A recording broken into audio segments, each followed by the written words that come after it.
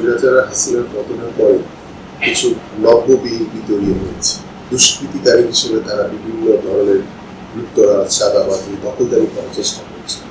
আমরা এমন কাজ করব না যেটাতে আওয়ামী লীগের সাথে আমাদের কোনো তুলনা করা।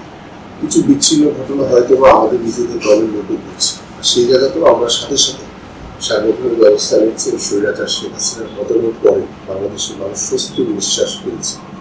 সেই জায়গা থেকে আমাদের বিএনপির ভারপ্রাপ্ত চেয়ারম্যান দেশের তারেক রহমানের যে বড় নির্দেশনা রয়েছে এবং আমরাও আমাদের দায়িত্বশীল জায়গা থেকে যেখানে বিচ্ছিন্ন ঘটনা ঘটছে এবং সেখানে আমরা তাৎক্ষণিকভাবে আমরা আমাদের সাংগঠনিক ব্যবস্থা নিচ্ছি এবং প্রয়োজনে আমরা নিজেরাই বাদী হয়ে আমরা জিডি করছি কিংবা আমাদেরকে মামলা করার নির্দেশনা দেওয়া হয়েছে যদি আমার নিজের দলের লোক হয় আর যদি দুষ্কৃতিকারীরা হয়।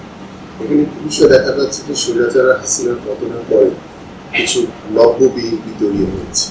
সেই নব্য বিএনপিরা বিভিন্ন জায়গায় বিশৃঙ্খলা করার চেষ্টা করছে এবং দুষ্কৃতিকারী হিসেবে তারা বিভিন্ন ধরনের লুটতরাজ, চাঁদাবাজি, দখলদারি করার চেষ্টা করছে। এই জায়গাগুলিতে আমরা অত্যন্ত সতর্ক এবং আমাদের যারা নেতাকর্মী রয়েছে তাদেরকেও সতর্ক করে দিয়েছি। পাশাপাশি কিছু বিচ্ছিন্ন ঘটনা হয়তো বা আমাদের নিজেদের দলের লোকও করছে, সেই জায়গাতেও আমরা সাথে সাথে সাংগঠনিক ব্যবস্থা নিচ্ছি এবং তাদের বিরুদ্ধে যা যা করণীয় করা লাগে সেটা আমরা ব্যবস্থা নিচ্ছি। এবং আমাদের বিএনপির ভারপ্রাপ্ত চেয়ারম্যান দেশের তারেক রহমানের একদম পরামর্শ রয়েছে এবং নির্দেশনা রয়েছে যে আমরা গত 17 বছরে যে আওয়ামী সরকারের যে স্বৈরাচারী যে মনোভাব থেকে বাংলাদেশের মানুষ এখন রক্ষা পেয়েছে। আমরা এমন কাজ করব না যেটাতে আওয়ামী লীগের সাথে আমাদের কোনো তুলনা করা। আমরা এই কাজ থেকে বিরত থাকবো। পাশাপাশি আমরা চাই না বাংলাদেশে আর কোনো স্বৈরাচারের জন্ম হয় এবং আমরা চাই বাংলাদেশে একটি সুস্থ ধারা রাজনীতি ফিরে আসুক। এটা হচ্ছে আমাদের ভারপ্রাপ্ত চেয়ারম্যান তারেক রহমানের নির্দেশনা।